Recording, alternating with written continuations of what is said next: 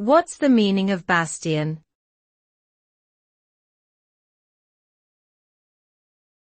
Bastion.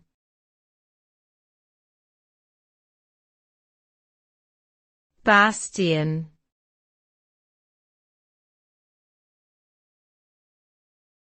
Bastion.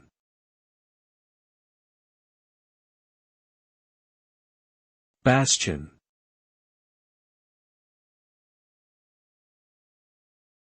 The word bastion refers to a fortified structure or stronghold that is built for defensive purposes.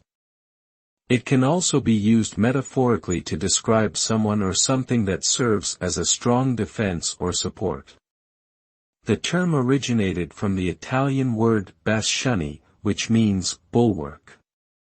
In military contexts, bastions were typically constructed at the corners of fortifications to provide additional protection against attacks from multiple angles.